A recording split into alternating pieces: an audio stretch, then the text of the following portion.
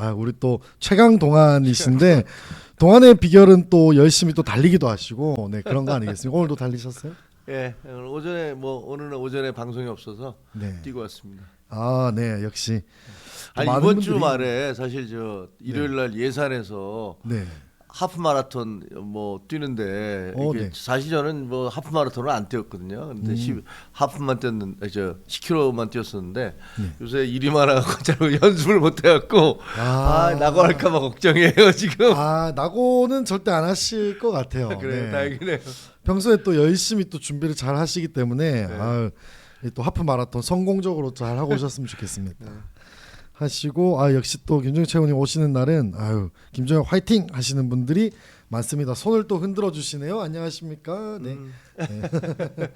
아무튼 그렇습니다. 좀 짧게 몇 가지 좀 귀여운 소식이 하나 있어가지고 네, 뭐요? 조국 대표 있잖아요. 네. 어제 방송에 나와가지고 그 오랜만에 방송에 나온 것 같아요. 그래갖고 이제 북구갑 안산 이런 이야기 나오니까 나름의 본인의 답변을 했는데 저 보자마자 웃음이 나더라고요. 뭐라고 했어요?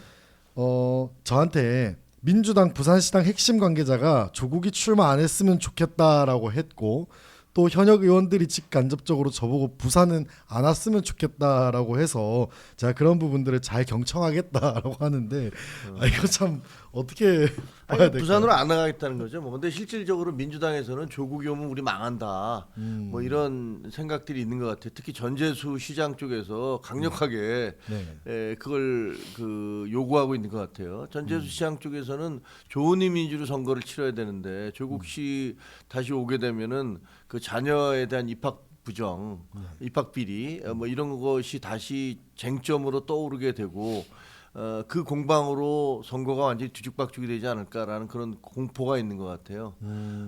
그리고 조국 씨가 만약에 그쪽으로 조국 대표 오게 되면 거기서 만약에 한동훈 전 대표 두 분이 이제 거기서 싸움이 벌어지게 되면 그러면 모든 관심이 시장 선거가 아니라 거기서 한동훈 대 조국으로 초점이 옮겨질 거잖아요. 그렇죠. 기사가 막 쏟아지고. 그렇죠. 그러면 우리 쪽의 입장에서는 아마 박형준 시장 같은 경우는 한동훈 전 대표님과 이렇게 손을 잡을 수도 있잖아요. 그렇죠. 그럴 수도 있고 일각에서는 그런 얘기도 있어요.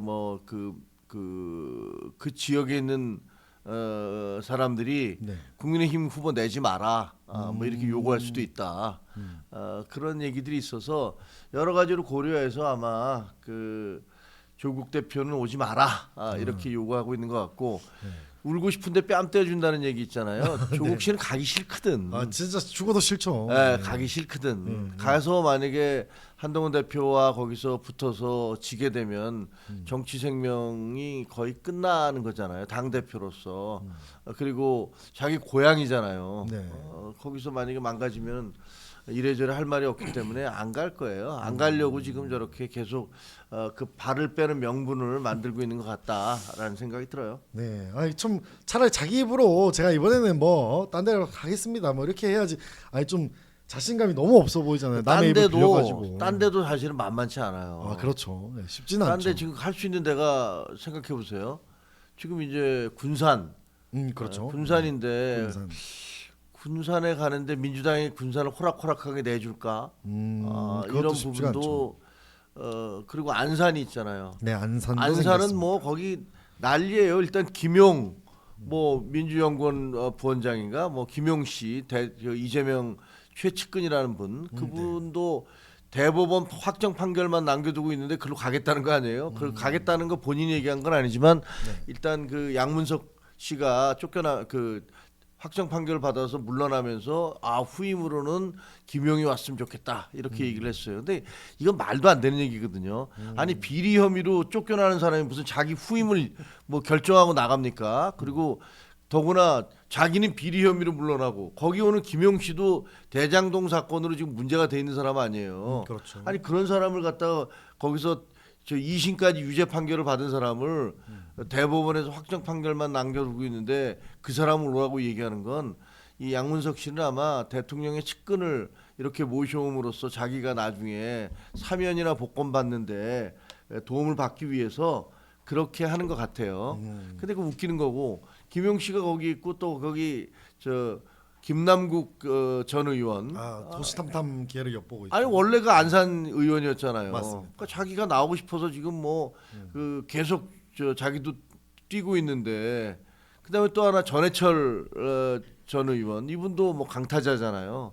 그래서 여기 민주당이 여러 사람이 이미 저 신발라놓고 뛰고 있는데 조국 씨가 글로 간다는 것도 결국 쉽지가 않아요. 네. 그 다음에는 평택인데 평택에 나가면은 또 어떻게 될 것이냐. 거기는 이제 지금 누가 황교안 씨가 거기서 뛰고 있죠. 엄청 열심히 뛰고 있죠. 네, 혼자 열심히 뛰고 있고 아마 국민의힘에서는 뭐 여러 사람이 생각을 하지만 양양자 씨가 원래 거기 얘기를 하다가 경기도지사로 틀었고 맞습니다. 그다음에 유이동 전 의원. 유이동 전 의원이 그 옆 지역구였는데 원래 거기가 유이동 의원 지역구였다가 옆으로 옮겼기 때문에 맞습니다. 유이동 의원이 글로 들어올 가능성도 상당히 유력해요. 네.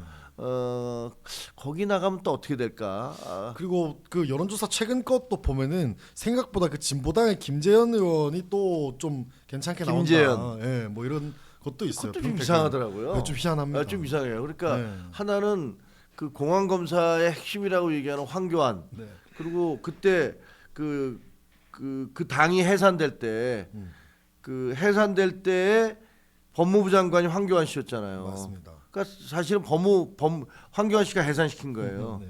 그러니까 김재현 씨는 거기 그때 핵심 당 대표는 아니었죠. 그때 아니었죠. 예. 이정희, 김재현 뭐 하여튼 상당히 최고위원이었나? 뭐 네. 정확한 제가 포지션을 잘 모르겠는데. 뭐 역할이 있었습니다. 예. 네. 뭐 그래서 거기서 이제 서로 싸우게 되는 거니까 여기도 엄청나게 지금 뭐 이상한 게임이 되고 이상한 있어요. 게임이 되고 있어서 이번 선거 재보궐은 별게 없을 거다 네. 이렇게 생각을 했었는데 일단은 한동훈이라는 최강타자가 어디로 갈 것이냐 이런 부분이 있고 그다음에 조국 또 당 대표니까 조국 씨는 어떻게 될 것이냐. 그리고 나머지 지역들에 있어서도 그렇게 만만치가 않아요. 그래서 굉장히 좀 이거 화제가 되겠다라는 생각이 들어요. 네, 근데 조국 씨는 사실 지금 사면 받은 상태입니다. 원래라면 이 입시비 여러 가지 이제 그 문제로 또 사면을 받은 상태이기 때문에 우리 국민들이 보시기에 굉장히 또 부끄러운 상황이 될 수도 있다라는 생각이 좀 들고 그리고 또 참고로 한 가지 말씀드리자면 오늘 전재수 전 장관이 오전에 부산에서 출마 선언을 하면서 뭐 새로운 부산을 만들겠다 뭐 여러 가지 얘기를 하며 질문을 받았을 때 그 국회의원 자리죠. 그러니까 국민의 대표인 자리를 1년 동안 비워두는 건 주민에 대한 예의가 아니라면서 4월 30일 전까지 국회의원직을 사퇴하겠다라고 밝혔습니다. 그런 부분도 참고로 해주시면 좋을 것 같고. 왜냐하면 4월 30일 원래 그 국회의원이 사퇴를 5월 4일 이전에 하면 돼요. 네, 해도 상관이 없죠. 해도 되죠. 사실은. 그러면 4월 30일까지만 물러나야지 이게 재보궐 선거가 있는 거고. 그렇죠. 이번에 열리죠. 네, 그러면 만약에 4월 30일 지나서 5월 한 2일쯤이나 뭐 이럴 때 사퇴를 해버리면 그러면 이 지역은 국회의원이 없는 상태에서 내년 재보궐까지 기다려야 되는 거잖아요. 그렇습니다. 1년 이상, 1년 가까이 국회의원을 안 두는 건데 전재수 씨는 이거는 꼼수니까 이렇게는 안 하겠다. 이렇게 얘기를 했어요.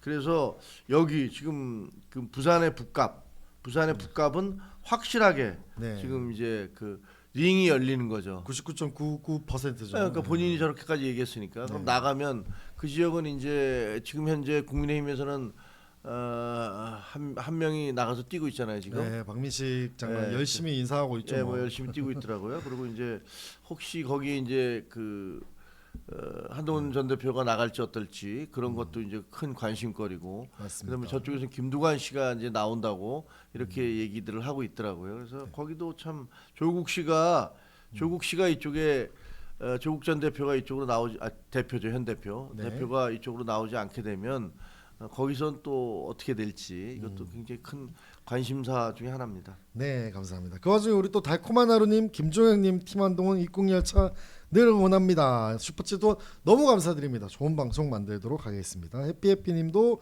김종혁 최고위원님 언제나 든든합니다. 고향 시민입니다. 오, 또 고향 시민이 또 응원을 해주시네요. 너무나 그러세요? 든든할 것 같습니다. 해피님이시네. 네, 고향 시민 반갑습니다. 네, 하여튼 이렇게 또 해보려고 하는데 또 아니 근데 그런 것도 있었어요. 정은혜 전 민주당 의원인데 한 방송에 나와가지고 어제 또 북구갑 이야기를 또 하면서 이런 얘기를 하더라고요. 이제 아마 전재수 의원이 시장으로 나가서 해도 부산 그 지역 유권자들은 민주당이 얼마나 지역을 발전시킬 수 있는지를 체감한 분들이다라면서 다시 민주당을 뽑을 수밖에 없을 것이다라고 했는데 정말 냉정하게 말씀을 드리겠습니다. 저도 사실 로컬이에요. 구포에 굉장히 또 오랫동안 머물기도 했고 구포, 덕천, 만덕동이 발전이 그 전보다 되진 않았죠. 오히려 쇠퇴가 된 동네입니다. 정말 그 지역에 사시는 분들이라면 더욱더 공감을 할 겁니다. 덕천 같은 경우에 사실 과거에 부도심이라 해가지고 제2, 3 이야기도 나왔는데 지금 가보면 사실 굉장히 쇠퇴가 많이 돼 있습니다. 아무튼 그런 동네인데 이런 이야기를 하는 건 얼마나 또 뻔뻔한가라는 생각이 들면서 제가 기사를 읽었거든요.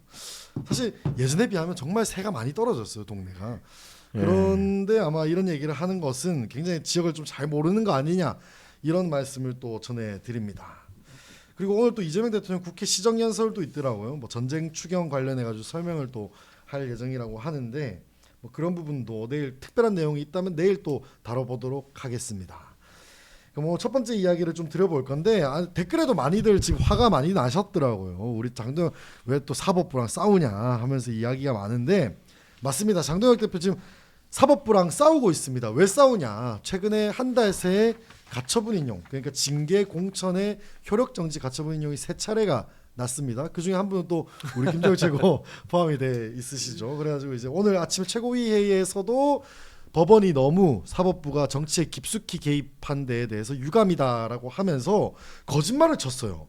이게 하나가 뭐냐면 내가 그 남부지법에 알아보니 유독 특정 판사가 골라먹는 배당을 한다라고 했는데 남부지법에서는 바로 공식적 비공식적으로 그런 질의가 들어온 바가 없다. 허위사실이다라고 했는데 이 상황에 대해서 어떻게 좀 보고 계세요? 그러니까 저는 뭐 제 재판부였잖아요. 그렇죠. 이분이 그 권성수 부장판사세요. 그러니까 남부지법의 가처분 민사 51부인데 민사 51부에서 계속 그걸 맡아서 하고 있는 거예요. 근데 일단 이런 얘기들이 있었어요. 처음에 권성수 부장이 배현진 의원과 저에 대해서 가처분 신청을 인용을 했을 때, 야 좌파 판사 아냐? 뭐 이런 얘기들을 막 했는데 권성수 부장은 대구 분이세요. 대구 분이고 법조내에서는 상당히 보수적인 판사로 알려져 있는 분이세요. 근데 뭐 보수니 진보니 이런 거 상관없이 그 공정하게 재판을 한다라고 해서 뭐 상도 받으시고 이런 걸로 제가 들었거든요. 그러니까 나름대로는 객관적이기 위해서 노력하시는 분이다라고 생각이 되어지고 이게 그 판사가 뭔가 이상해서 그 다 지금 가처분이 인용되고 있는 거 아니야? 이렇게 얘기할 수가 없는 게 이 권성수 부장이 과거에 그 작년인가요? 그러니까 저 대선 경선 후보 있었잖아요. 그때 이제 그 누구야? 그 김문수 후보가 한덕수 후보를 출마할 수 없도록 가처분을 신청을 했었어요. 그걸 기각한 사람이에요. 아, 그래요? 예, 그걸 기각한 사람이에요. 근데 지금 하는 거 보면 만약에 한덕수 후보가 그때 새벽에 몰래 뽑혔을 때, 그러니까 새벽 3시에 그 새벽 받았을 3시에 때, 그렇죠. 단독 출마해서 뽑혔다면 그때 만약에 가처분했으면 이거 반드시 인용했을 거예요. 아, 그렇죠. 근데 그 이전에는 김문수 후보가 아예 한덕수 총리가 그 후보 자격이 없는 걸로 없으니까 출마할 수 없도록 해달라라고 요구를 했는데 이거는 기각을 했어요. 그거는 출마의 자유를 막는 거기 때문에 할 수가 없다라고 했는데 그런 거 보면 이분이 권성수 부장이 그 어떤 한쪽에 특별한 편을 든다라기보다는 법리에 매우 충실하다 이렇게 볼 수 있을 것 같아요. 근데 보면 이번에 이제 김영한 지사 같은 경우는 상당히 충격을 받은 모양이에요. 이게 뭐지 싶었겠죠. 왜냐하면 사실 배현진이나 김종혁 이 저와 배현진 의원의 경우는 이거는 징계에 대한 거잖아요. 그렇습니다. 징계에 대한 거니까 누군가를 징계하려면 거기에 대한 명백한 사유가 있어야 되는 거니까 이건 절차적으로 하자가 있으면 안 되고 징계를 할 때의 이유도 명백해야 되는 거예요. 근데 배현진 의원이나 저에 대해서는 그 재판부가 얘기하듯이 과잉 징계다. 비례 원칙을 어긋났다. 그리고 이 사람들이 징계받을 일을 한 게 없다. 근데 이것은 일방적이고 자의적인 징계다. 따라서 헌법과 법률이 위배된 것이고 아무리 정당 활동의 자율성을 인정한다 하더라도 이것은 받아들일 수 없다라고 해서 인정을 한 거예요. 그러니까 여기에 대해서는 당에서도 네. 사실은 별로 할 말이 없는 거죠. 할 말이 없어서 이걸 놓고서는 그 항소도 안 하잖아요. 그렇죠. 뭐 이의 제기도 뭐 안 하고 뭐 예, 그렇죠. 이의 제기를 뭐 아니 왜냐하면은 할 수가 없죠. 언론에서도 모두가 다 이게 도대체 말이 되는 징계냐 뭐 이런 식의 얘기들을 했잖아요. 그리고 저의 경우는요 웃기게 그 당원권 정지 2년을 당무감사위원회에서 했는데 네. 윤리위원회에서는 그보다 더 높여버렸어요. 예, 그렇죠. 탈당 권유. 탈당 권유를 통한 사실상 제명이잖아요. 네. 근데 제가 생각하기에 만약에 그때 네. 그 윤리위원회가 당무감사위원회가 2년 정도 징계를 내는 걸 6개월 정도로 줄이거나 1년으로 줄였으면 어땠을까 그런 생각도 사실은 들거든요. 그러면 좀 쎄할 수도 있었겠네요. 약간. 그러면서 네. 사실은 조금 뭐 윤리위원회에서도 당무감사위원회가 문제가 있다라고 생각을 하고 저렇게 확 줄여버렸기 때문에 네. 그리고 그때 이미 그 재판할 때는 제가 징계를 먹은 지 한 달이 더 넘었을 때니까 6개월 징계 같으면은 아이 그거 본안 소송에서 다투세요. 이제 얼마 남지도 않았으니까 이렇게 갈 수도 있거든요. 그렇게 정당성을 확보했을 수도 있겠네요. 진짜 조금이라도. 맞죠. 그럴 가능성이 아마 조금이라도 재판부가 조금이라도 고민했을 것 같아. 윤민호가 너무 멍청해서 이렇게 탈이 근데 나버린. 유민우 씨가 이거 그냥 칼춤 추듯이 네. 그 선무당이 사람 잡는다고 그 선무당이 칼 들고 막 춤추면서 아무 목이나 막 쳐대듯이 그러면서 저 당원권 정지 2년도 말이 안 된다고 온 언론이 사설 쓰고 칼럼 쓰고 공격했는데 그거를 한술 더 떠버린 거예요. 그러니까 재판부의 입장에서 보면 이 사람은 말이 안 되는 짓을 하고 앉았구나라고 생각을 해서 그래서 이제 저희는 둘 다 이제 가처분이 인용이 된 거죠. 잇따라서 이렇게 가처분이 인용된 것도 정당 역사상 처음 있는 일인데 사실은 이 김영한 충북지사 같은 경우는 공천에 대해서 재판부가 이거 문제가 있다라고 얘기한 거잖아요.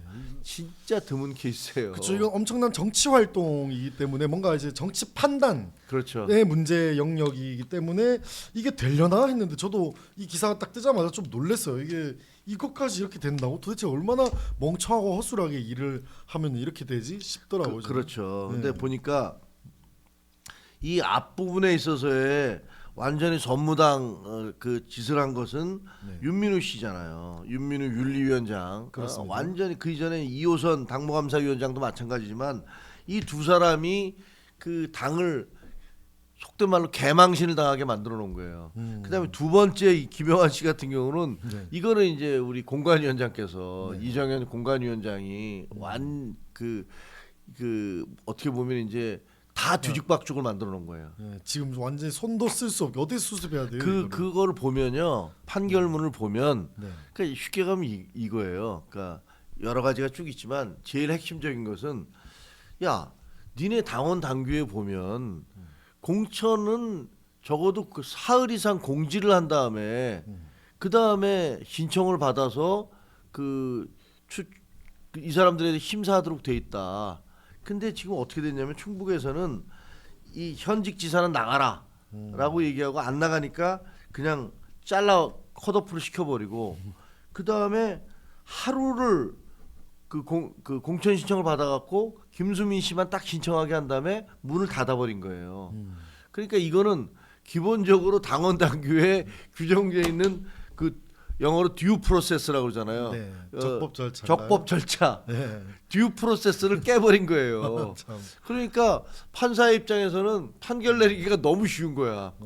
야, 니네가 그 정한 그 규정 안에 있는 그 절차가 있는데 그 절차도 안 한 거 아니냐라고 하면서 여기다 인용을 한 거거든요. 그러니까 저거는 제가 보기에는 그 이정현 공관위가 완전히 뻘짓을 한 거죠. 그러다 보니까 누구야 그 주호영 부의장도 네. 나도 마찬가지다. 네. 왜? 아니 판결을 하려면 내 공천을 나를 자를 때 이렇게 했다는 거 아니에요? 공관위원들한테 반대하는 사람 손 들어보세요. 반대 두 사람인가 손 들으니까 나머지는 다 찬성한 걸로 하겠습니다. 라고 해서 잘라버린 거예요. 네, 그렇습니다. 그러니까 이거는 법률적으로 그 정확히 몇 대 몇이었다라는 걸 남겨놔야 되는데 반대한 사람들은 손 들고 나머지는 그냥 다 찬성인 걸로 하겠다라고 정확한 의사를 물어보지 않은 거잖아요. 그러니까 이것도 절차상의 하자가 있는 거야.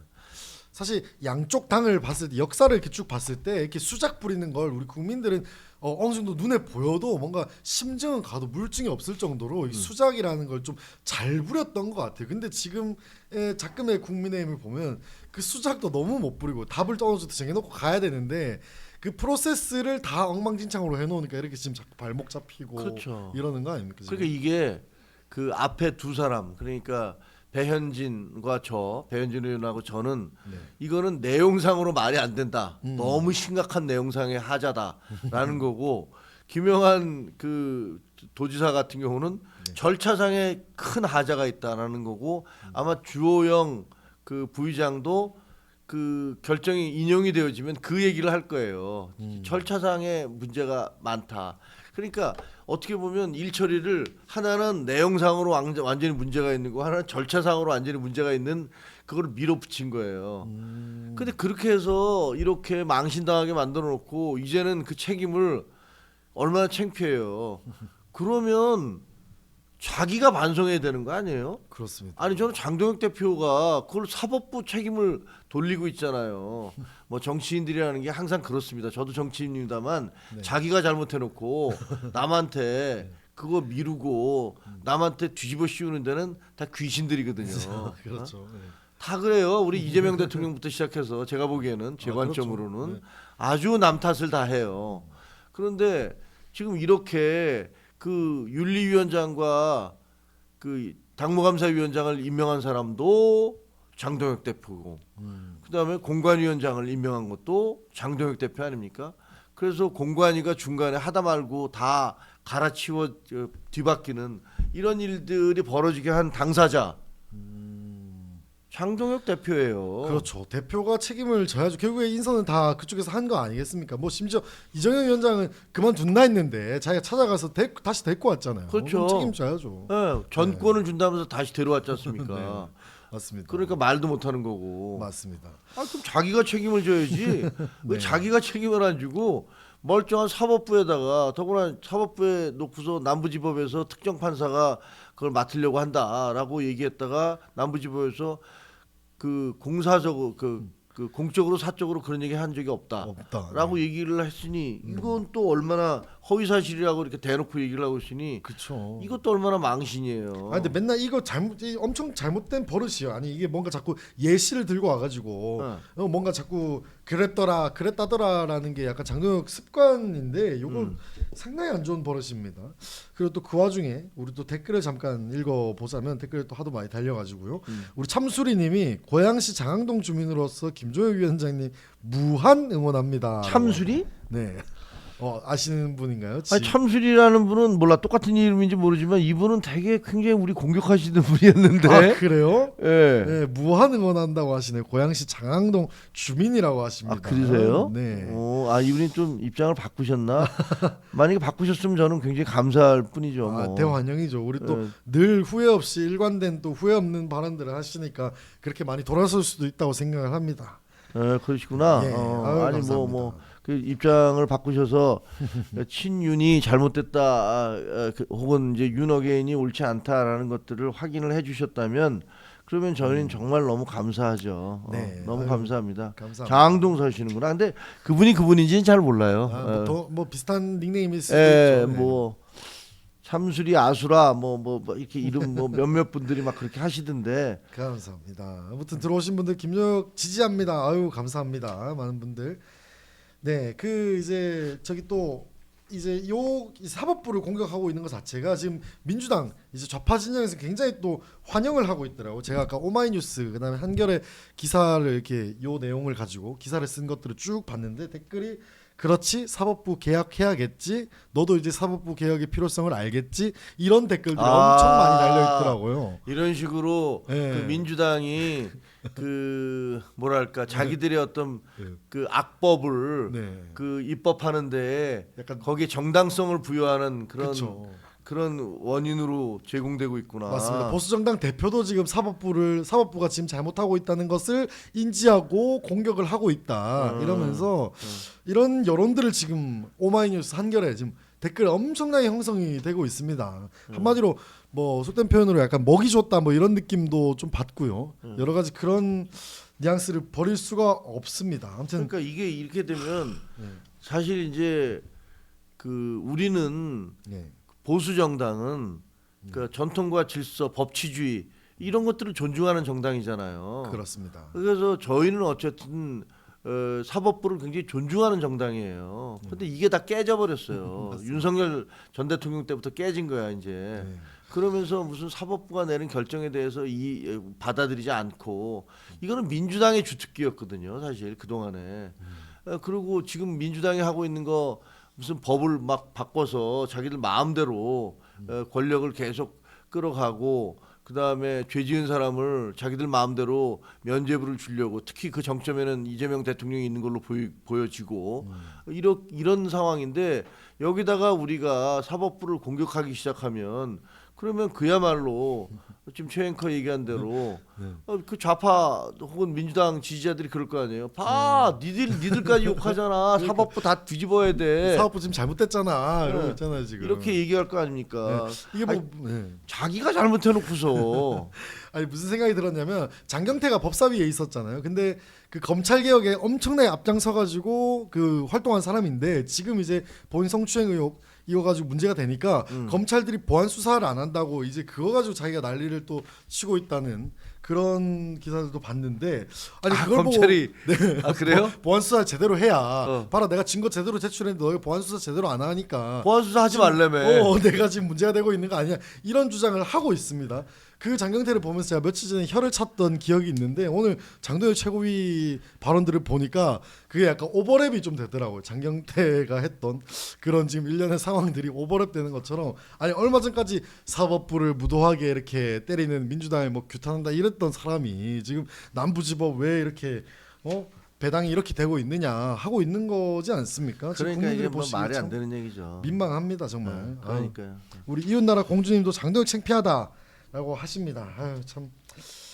아무튼 이렇게 국민의힘 이야기는 조금 이따 또 다시 마무리를 또 해보도록 하고요. 제가 근데 한 가지 양해 드릴 거는 네. 제가 물을 자주 마시잖아요. 예. 방송하면서 물을 너무 많이 마셔서 스페어도 있습니다. 왜냐면 제가 이제 오전에 좀 뛰었더니 약간 탈수해서 물을 많이 마시니까 양해를 좀 부탁드리겠습니다. 네. 건강을 위해서 또 열심히 뛰기도 하고 물도 많이 드셔가지고 아까 시작할 때 말씀해주셨던 것처럼 최강 동안을 또 유지하는 것 같습니다. 아파서 이게 네. 제 징계를 놓고서 제가 아까 말씀드렸더니 이게 6개월이었으면 뭐 어떻게 되는 거냐 네. 이렇게 얘기하는데 네. 그러니까 이거 좀 정리를 하고 갈게요. 간단하게. 네. 그러니까 그 저에 대한 징계는 말이 안 되는 거죠. 말이 안 되죠. 기본적으로 헌법과 법률에 위배되는 것이고 정당에서 있어서 그 판사님도 얘기했듯이 아니 당원이 당 대표를 비판하는 걸 못하게 하는 게 말이 되느냐? 그건 아니다라는 얘기예요. 그건 분명한 거고. 근데 이제 당원권 정지 2년을 줬는데 이거를 이제 6개월 정도로 줄이는 꼼수를 쓸 수도 있었어요.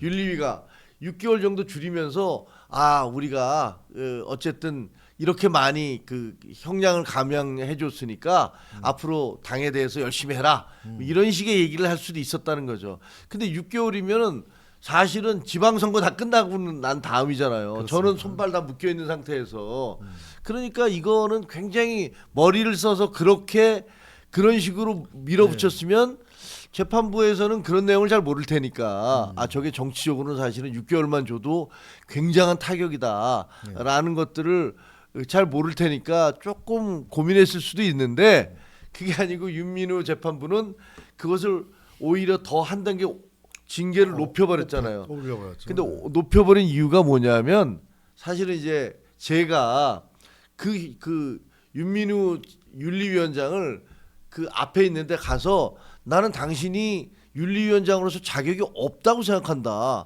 그래서 나는 당신을 기피한다라고 제가 거기서 윤리위에 가서 대놓고 기피 신청을 한 거예요. 들이박아버려가지고. 들이받은 거예요. 그러니까 들쏘. 네, 그러니까 들쏘처럼. 들이받은 거죠. 그러니까 다들 그때 있던 같은 변호사들이나 이런 사람들이 상당히 당황하더라고요.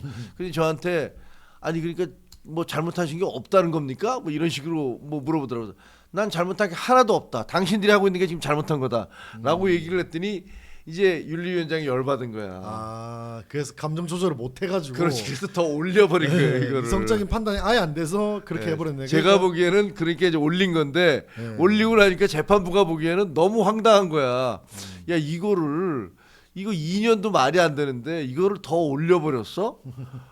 근데 이제 그 중에 이제 제가 기피 신청하고 하는 과정에서의 그런 어떤 공방이 있었기 때문에 제가 보기에는 조금 더 자기들이 승소할 확률을 높이려고 했으면 확 깎았어야 돼. 네, 꼼수를 좀 부렸겠죠. 깎았어야 돼. 근데 네. 그렇게 못했다는 거를 말씀드리는 거예요. 그러니까 이거 맞습니다. 갖고 뭐 다투실 거 없습니다. 맞습니다. 네. 무튼 꼼수를 쓸 수도 있었는데 윤민우가 너무 이제 이성적인 판단을 못해서 그렇게 됐다라는 것을 설명을 해주셨습니다. 아 그리고 참 이거 네. 또 하나 지금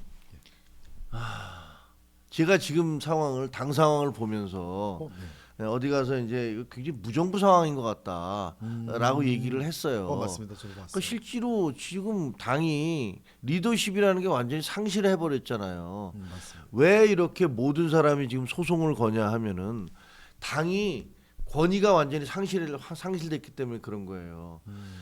제가 이제 정치학과를 나왔는데 정치학에서 권력이라는 게 뭐냐? 그럼 권력이라는 것은 자원의 권위적 배분이다 이렇게 얘기를 합니다. 말은 좀 어렵게 들리지만 간단해요. 자원이라는 건 한정돼 있고 네. 이 자원을 이렇게 배분을 할 거 아니에요. 너한테는 10을 주고 너한테는 5를 줘. 그러면 5를 받은 사람은 왜 나는 5개야? 쟤는 10개 주면서 뭐 이렇게 얘기할 수 있지 않습니까? 네. 예를 들면 이 지역의 개발이라든가 어떤 특정 지역의 개발을 하고 도로를 어디로 뚫고 이런 것들에 대해서 이런 어떤 결정권을 내렸을 때 거기에 반발하는 사람이 생기지만 적어도 제대로 된 이것이 합법적인 결정이기 때문에 사람들이 거기에 반발할 수가 없는 거예요. 그러니까 그게 권위적 배분이라고 얘기를 하는 거죠. 네. 근데 지금 우리 당에서는 어떤 일이 벌어지고 있냐면 이게 다 무너져 버린 거예요. 그러니까 쉽게 얘기하면 장동혁 대표의 리더십에 대해서 대표의 권위가 완전히 바닥으로 떨어져 버린 거예요. 너무 이해할 수 없는 행동들을 많이 하기 때문에. 그러니까 모든 사람이 거기다 대고서 이의를 제기하기 시작하는 거예요. 그러니까 소송을 막 내는 거예요, 지금. 이런 일이 벌어지고 있어요. 진짜 역대급인 것 같습니다. 역대급이죠. 근데 정말. 문제는 이런 상황에 대해서 장 대표가 당 대표가 할 수 있는 방법은 이거를 빨리 치유를 해야 돼요. 그리고 선제적으로 한 발짝 앞서서 가야 돼요. 근데 지금 질질 끌려다니고 있잖아요. 질질 가처분이 날 때까지 질질 끌려다니고 있어. 만약에 부산 대구 같은 경우도 긴급 최고위원회 같은 걸 열어서 그 이전에 이정현 위원장이 내렸던 결정들을 무효화하고 네. 그다음에 다시 그 모든 사람이 경선을 하도록 바꾼다든가 이런 선제적 조치를 하면은 법원에서 결정이 내려지기 전에 갈 수가 있는 거잖아요. 안 하고 있잖아요. 법원 결정을 기다리고 있는 거 아니에요. 그러니까 완전히 만신창이가 되는 건데 이런 상황에 대해서 장 대표가 경로를 한다는 얘기 뭐 보도에 나왔잖아요. 근데 이거 어디서 많이 들은 얘기 아니에요? 경로 우리 예전에 용산 대통령실에서 경로 이야기가 많이 나오기도 그러니까요. 했죠. 네. 근데 그때 사실 경로 얘기 나왔을 때 제가 방송에 나가서 아니 국민이 경로를 해야지 왜 대통령이 경로를 하냐. 그리고 용산에 있는 비서들 제발 경로란 얘기 하지 마라. 니들은 무슨 대통령이 왕이냐.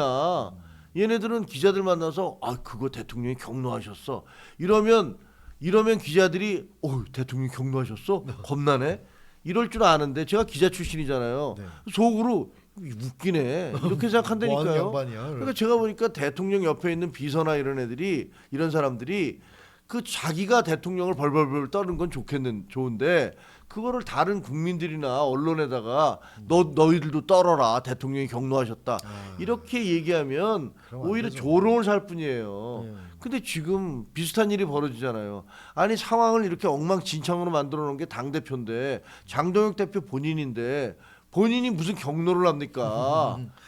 국민들한테 사죄를 해야지 당원들한테 석고대죄하고 자기가 경로를 해서 그게 무슨 말이에요? 그러니까 지금 이게 도대체가 지금 옛날에 그 저 비상계엄 직전에 용산 대통령실 돌아가듯이 지금 이 지방선거를 앞두고 우리 당이 돌아가고 있구나 지도부가 이런 느낌이 들어요. 그러니까 지금 댓글에도 뭘 잘했다고 경로야라고 하시는데 정말 지금 당이 정말 아수라장입니다. 아수라장. 지금 어떻게 수습을 해야 될지 감도 안 올 정도로 지금 망가졌는데 아무튼 그런 부분들에 대해서 석고대죄를 해야 될 망정 경로라는 뭐 기사도 막 나오고 이러는 모습이 우리 국민들이 정말 한심하게 느낄 것 같습니다. 예. 이제 그러니까 이제 대구도 막 뺏기니 많이 막 이러면서 지금 김부겸 이야기를 또 안 할 수가 없는데 김부겸 전 총리가 대구시장 출마 선언을 한 이후로 정말 지금 광폭 행보를 이어가고 있습니다. 정말 지금 국민의힘이라는 대한정당이 없는 것처럼 막 움직이고 있어요. 오늘 또 무슨 이야기 했냐면 이제 이건 지난번에 대구시장 나왔을 때도 했던 이야기인데 대구의 엑스코 이거 이제 뭐 박정희 컨벤션 센터 이런 거 만들어야 되지 않겠습니까? 뭐 이런 이야기도 하고요. 하여튼 제대로 된 보수를 만들려면 보수 한번 안 찍어봐야 안 되겠습니까? 예, 우리 한번 쟤네들 각성할 수 있도록 이번에는 민주당 우리 김부겸 한번 찍어주시죠. 뭐 이런 이야기들 하고 있습니다. 이런 부분들에 대해서 또 어떻게 볼 수 있을까요?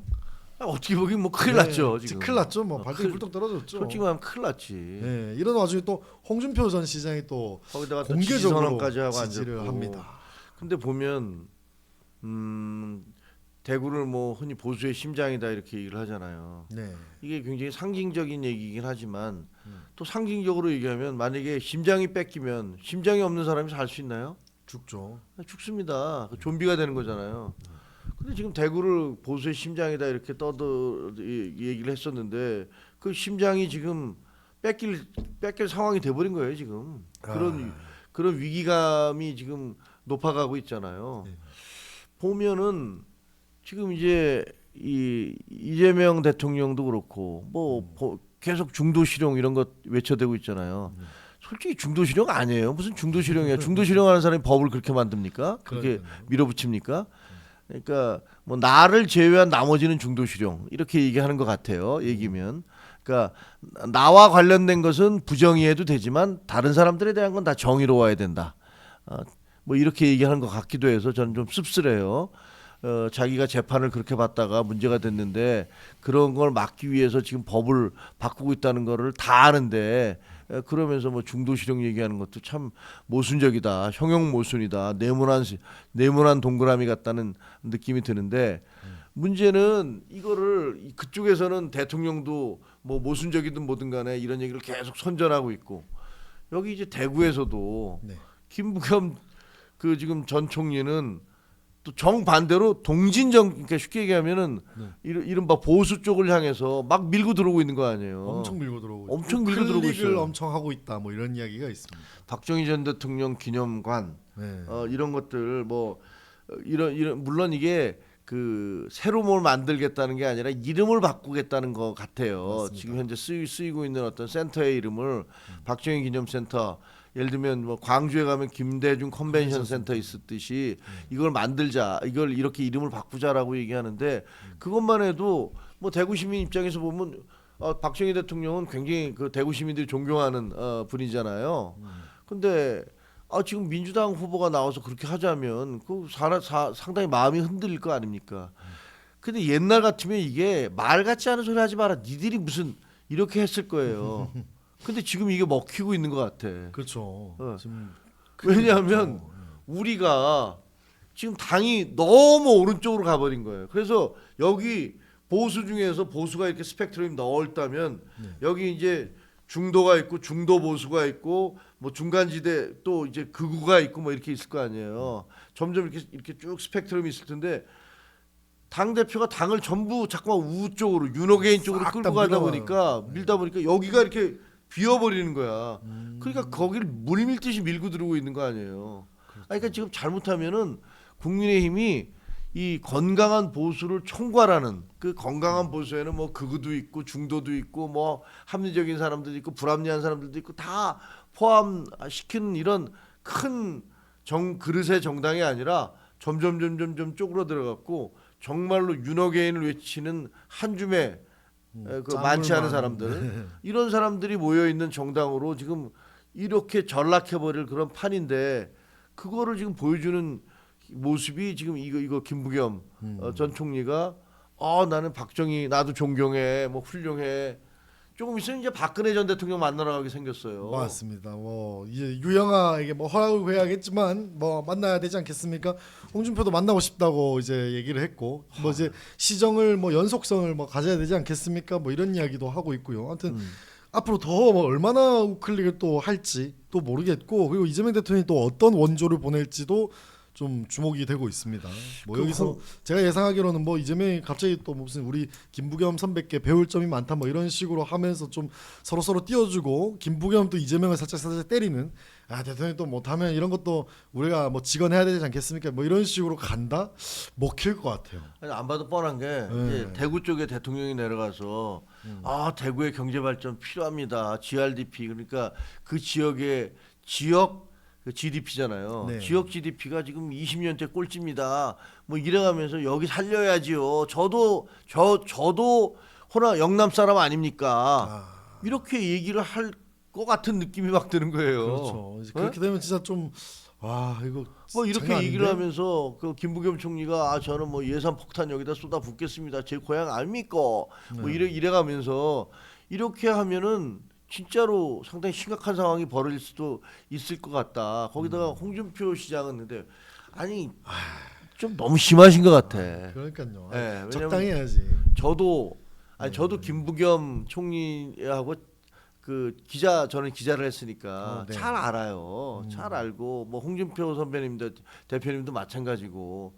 그러니까 대개 이제 서로들 이 김부겸 전 총리가 민주당이긴 하지만 그 국민의힘 사람들하고도 관계가 좋은 사람들이 많아요. 그렇게 크게 모관하지 않은 사람이기 때문에 뭐 그건 알겠어요. 하지만 어쨌든 우리는 지금 다른 편인데 그리고 홍준표 시장 전 시장님은 우리 당의 대표를 2번이나 하신 분 아니에요. 국회의원도 평생을 여기서 하셨고 아니 아무리 그래도 그렇지 우리 당의 그러니까 대구시장 후보가 누가 될지도 모르는데 예를 들어서 뭐 너무 극우인 사람이 그 시장 후보가 됐을 때 거기에 대해서 나 그 사람 지지 못하겠어라고 얘기한다면 그거는 그래도 뭐 이해가 좀 될 수도 있을 것 같아요. 하지만 그것도 아니고 지금 경선 중인데 네. 거기다 대놓고 그냥 나는 김부겸을 지지한다고 얘기를 해버리면 몇 그러니까 가지게 아니 이렇게 지지한다까지 뭐 이야기를 할 필요가 있었나? 그냥 뭐 합리적인 뭐 경쟁이 펼쳐지길 뭐 바란다. 뭐그 정도만 해도 충분하고 사실 그냥 이런데 좀 입 안 대면 제일 좋겠지만, 아무튼 여러 가지로 지금 사람들이 원성이 자자합니다. 대구를 살리기 위해서는 뭐 당을 따지지 말고 열심히 살리는데 노력해야 된다. 뭐 이런 정도로 돌려서 얘기해도 되잖아요. 그래도 우리 안 도와주고 저쪽 지금 얘기하는 거야? 뭐 이런 생각이 들 텐데 대놓고 얘기를 하시니까 상당히 좀 뭐랄까 좀 어쨌든 좀 마음이 아프더라고요. 그러니까요. 지금 댓글에도 다들 원성이 좀 자자하신데요. 아무튼 대구시장 문제가 심각해지고 있습니다. 아무튼 대구시장 지금 경선이 계속 진행되고 있는데 주호영 의원의 가처분이 어떻게 될지도 모르고 지금 남아있는 6인 경선 체제가 어떻게 될지도 모릅니다. 새로 또 박덕흠 공천관리위원장이 임명이 됐는데 지금 이 대구의 이런 공천 과정 어떻게 또 수습을 할지도 귀추가 주목되고 있습니다. 아무튼 여기 우리 나오미님이 김부겸에게 좋은 정보 알려주지 마세요. 그렇게 얘기하시네. 네. 그거 다 알고 있는 거예요. 네, 자기네들이 어떤 식으로 어떤 타이밍으로 잡을까 뭐 아마 각만 재고 있을 것 같습니다. 그럼요. 그거 바보들이 아닌데 머릿속으로 온갖 구상을 다 하고 있을 겁니다. 그걸 지금 저희가 먼저 얘기를 하고 있는 거지. 그거 아마 그렇게 나올 것이다. 그러니까 대비를 해야 될 것이다. 뭐 그렇게 얘기하고 있는 거지. 그런 정도 생각 안 하고 있겠습니까? 다 그런 생각 하고 있죠.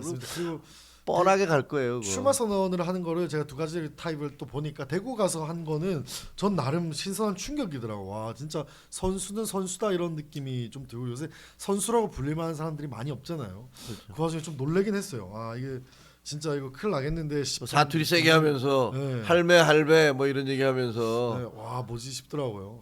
막 무슨 연락처 막 공개해. 자기 연락처 공개하고. 이게 참 신박하다. 어떡하냐 이런 느낌이 좀 들었습니다. 그리고 공간이 또 이야기가 나온 김에 박덕흠 공간위원장 새로 또 임명이 됐습니다. 이런 부분은 어떻게 수습을 할 것으로 좀 보세요, 최원님은? 아 근데 참 그 전에 네. 지금 그 경북 김관영 전북도지사 제명당했잖아요. 예, 그 이야기도 한번 짧게 예, 이거 설명을 한번 드려보겠습니다. 김관영 현 전북도지사입니다. 작년 11월 말에 식당에서 청년들, 그러니까 전북도당의 뭐 청년위원도 있고 아무튼 청년들이랑 식사하면서 이제 돈 봉투를 주는 장면이 CCTV 포착이 됐는데 이게 대리기사 비용으로 써라 이래가지고 흰 봉투에 돈을 줬다고 합니다. 총액이 68만 원이라고 하는데 여하튼 그게 제보가 나오자마자 오늘 민주당에서는 김관영 전북도지사 제명시키고 경선에서 빠지게 만들었습니다. 아무튼 이런 부분에 대해서는 우리 또 어떻게 보셨어요? 뭐 그게 68만 원이었는지 뭐 더인지는 저는 알 수가 액수는 없지만 정확히 알 수가 없죠. 근데 보면 야 김관영 씨는 그 공개적인 장소에서 무슨 완전 진짜 속된 말로 간이 배 밖으로 나왔구나. 무슨 용돈 주듯이 잘해봐 약간 이런 느낌. 그러니까요. 이거 진짜 말 안 되는 짓을 했구나라는 생각이 드는데 이것도 사실은 약간의 권력 다툼, 권력 투쟁인 것이죠. 네. 보면 김관영 지사가 이렇게 친명은 아니잖아요. 네, 그렇죠. 네, 친명도 아니고 그렇다고 해서 뭐 민주당 정통도 아닌 것 같고 그러니까 이게 확실하게 믿고 기댈 만한 그게 없는 거죠. 그러니까 확 그냥 날려버리고 명분상으로는 또 야 우리는 이렇게 깔끔하게 하고 있어 라는 그런 이미지를 주는 거잖아요. 네. 사실 우리 당에서도 지금 뭐 그 누구지 그 시대정신 조정훈 의원 같은 경우가 또 논란이 되고 있잖아요. 지금 조사가 진행 중에 있죠. 네, 그 조사가 진행 중인데 뭐 돈을 받았다 시도의원들로부터 맞습니다. 운영비 명목으로 돈을 받았다라는 그런 게 논란이 되고 있는 거고 그다음에 관악에서는 또 뭐 그 돈봉투 문제로 해서 이분이 이제 탈락했고 맞습니다. 뭐 이런 것들이 있으니까 뭐 민주당으로서는 약간 그 비교하면서 우리는 이렇게 엄정하게 하고 있다는 일종의 어떤 그런 제스처 같은 것들을 하고 있는 것 같아요. 그러니까 지금 김관현 지사는 아무튼 제명됐는데 지금 어버버하면서 마땅한 대응도 못 하고 있습니다. 뭐 이틀 뒤에 회수했다, 전액 회수했다라고 하는데 우리 둘이 보기에는 야 아직도 돈 봉투로 이렇게 사람 약간 매수하듯이 선거하는 사람도 있어 이렇게 비춰질 수밖에 없기 때문에 이 부분은 충분히 비판받을 만하다 이렇게 또 보여집니다. 아무튼 지금 민주당은 이렇게 막 뭐 프로세스가 뭐가 그래도 좀 잡힌 것 같잖아요. 약간 뭐 외부에서 보기에 야 저런 사람 바로 자르네 이러면서 막 하는데 사실 국민의힘은 도저히 수습이 안 될 정도로 전국이 어지럽습니다. 정말 이 흉부가 어떻게 되는 거냐, 서울 어떻게 되냐, 뭐 대구 지금 난리 난 거 아니냐, 뭐 포항은 또 저 뭐 단식하고 있고 이건 뭐 어떻게 해야 되냐. 소송을 지금 보니까 뭐 여기저기서 막 걸고 있더라 가처분을. 맞습니다. 우리가 지금 3개가 인용이 됐고 그다음에 하나가 이제 그 저 조영 그 부의장이지만 그거 말고도 지금 뭐 아까 말씀하신 대로 포항에서도 그렇고 그다음에 서울시에서도 지금 걸었어요. 서울시에서 탈락한 사람들이 그 중에 한 명이 걸었더라고요. 그래서 이거 진짜 잘못하다가는 거의 뭐 그 공천 문제 때문에 법정 다툼이 계속되어지면서 뭐 누구 말 맞다나 압이 규환이 될 수도 있겠다 이런 생각이 들고 이것은 빨리 당 지도부가 수습을 해야 돼요. 안 하면은 이거 진짜 큰일 나겠어요. 이 수습이 될까요? 이 방법이 있습니까? 예. 우리 댓글에도 또 이범석 청주시장 효력정지 가처분 신청 컷오프에 대해서 또 가처분을 했다고 하고 지금 전국이 정말 진짜 난리가 났습니다. 이게 정말 어떻게 어디서부터 수습을 해야 될지도 감도 안 올 수준이에요 지금. 그러니까요. 예, 그러니까 아유, 이게 지금 이런 참 바라보는 입장에서 결국은 리더십이라는 게 얼마나 중요한가. 그 사실 윤석열 전 대통령 때도 봤잖아요. 윤석열 전 대통령이 대통령으로서의 리더십을 제대로 발휘해 줬어야 되고 그걸 제대로 발휘해 달라고 그때 저도 당 지도부에 있었습니다만 한동훈 대표가 독대 좀 해달라. 제발 그렇게 친윤들하고 저녁에 가서 술 드시지 말고 그 독대를 하고 국정을 어떻게 운영할지 얘기 좀 들어달라라고 얘기하고 올라가서 김건희 라인이라고 얘기하는 사람들 명단까지 주면서 이 사람들 잘라야 된다 이거 문제다라고 얘기를 했는데 결국 그건 하나도 안 들어줬잖아요. 그렇습니다. 그리고 결국은 그렇게 옳은 말 하는 사람들을 멀리하고 배척하다가 결국은 스스로에게 그 자해적 행위잖아요. 비상계엄은. 예? 맞습니다. 국민 모두에게 그리고 자기 스스로에게 그리고 보수 정권은 보수에 대한 자해적 행위인데 그 자해를 하고 말았잖아요. 근데 지금 보면 우리 당 지도부도 그와 비슷한 길을 걸어가고 있는 것 같아서 정말 안타까워요. 그리고 그때도 그렇고 지금도 그렇고 윤석열 전 대통령도 한동훈 전 대표만 어떻게 그때 당시 한동훈 대표 그와 한동훈 지도부만 어떻게든지 견제하고 막으려고 했고, 근데 지금 이 장동혁 지도부도 마찬가지인 것 같아. 뭐 고름 짜내듯이 쭉쭉 짜내면 끝난다.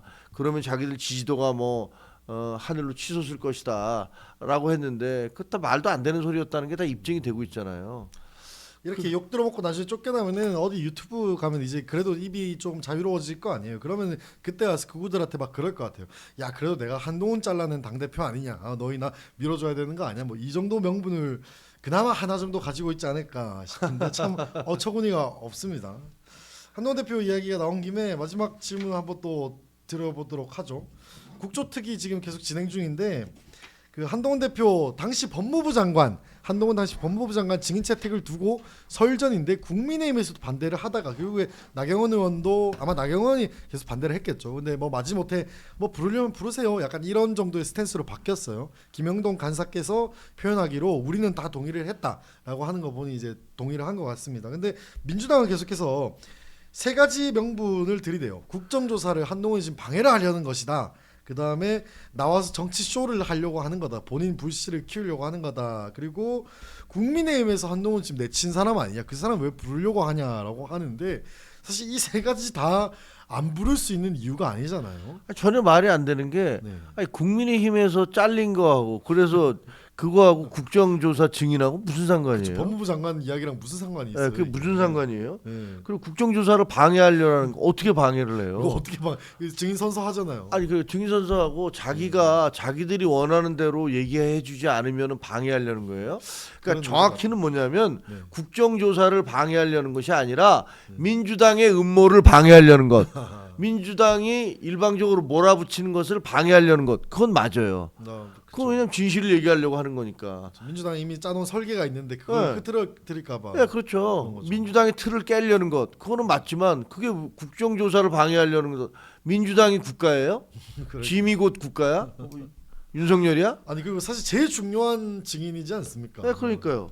말도 안 되는 거고 정치 쇼로 얘기하면 민주당 따라갈 그런 정당이 지금 아마 전 세계 별로 없을 것 같아요. 온갖 쇼를 막 하고 계신 거 아니에요. 네. 그래서 저는 제가 보면 민주당에서는 간사인 박성준 의원 같은 경우는 아니 이 사람 그 국민의힘에서 내친 사람이니까 부르면 안 된다라고 하고 또 다른 어떤 의원은 나와서 하는 얘기가 이 사람은 수사를 받아야 될 사람이다 이런 식의 얘기를 하는 거예요. 정반대 얘기를 하는 거잖아요. 이 사람 부를 가치가 없어 이렇게 얘기하는 사람이고 이 사람은 그 범죄를 저지른 사람이기 때문에 부를 수 없어라고 얘기하는 거예요. 그러니까 불러서 둘 다 확인을 해보라고요. 부를 가치가 없는지 범죄를 누가 저질렀는지. 그러니까 뭐 대질 조사를 하듯이 뭐 어떻게든 해보라 이건데 사실 여러 가지 이야기가 있는데 가장 어처구니가 없는 건 저는 아무리 봐도 그래도 국민의힘에서 그 내친 사람 아니에요. 이게 제일 어처구니가 없습니다. 도대체 무슨 상관인데 이 국정조사랑. 그렇죠. 그러니까 이게 1대 180으로 옛날에 이제 법무부 장관 때 했듯이 이번에도 나와서 아마 박살이 날 수도 있다라는 어떤 두려움이 있는 거예요. 공안증이 있잖아요. 공안증이 있죠. 네, 공안증이 있어서 그 공안증 때문에 안 부르는 거예요. 말도 안 되거든요. 이 사람들이 부르는데요. 설주한 변호사라고 있어요. 그렇죠. 네, 설주한 변호사가 누구냐면 그 지금 이화영 부지사의 최초의 변호인이고 이화영이 설주한을 믿어서 그 설주한이 입회한 가운데 이거 사실 보고를 했다. 이재명에게 보고를 했다. 이렇게 얘기를 한 거예요. 네. 그렇게 되니까 이게 뭐야? 이런 얘기가 보도가 조금씩 나오기 시작하니까 김현지 씨가 설주환한테 연락을 해서 왜 이런 얘기가 나오느냐 라면서 그만둬주기를 아니 왜 이화영 변호사를 김현지가 그만두라고 얘기를 해요. 그러니까요. 이게 말이 안 되는 얘기잖아요. 그러니까 그게 조작이라고 한다면 지금 김현지 설주환도 불러서 얘기를 해야 되는 거 당연히 아니냐. 얘기를 해야죠. 근데 이 두 명 지금 또 빼려고 하고 있어요. 근데 설주환을 안 부르려고 그래요. 왜 안 부르는 거야? 설주환은 그 다음에 잘린 다음에 이 사람은 네. 본인도 호남 출신이지만 민주당의 핵심 뭐 민주당 당적이었고 어머니는 지금도 농담삼아 그러죠. 우리 엄마는 개딸이라고.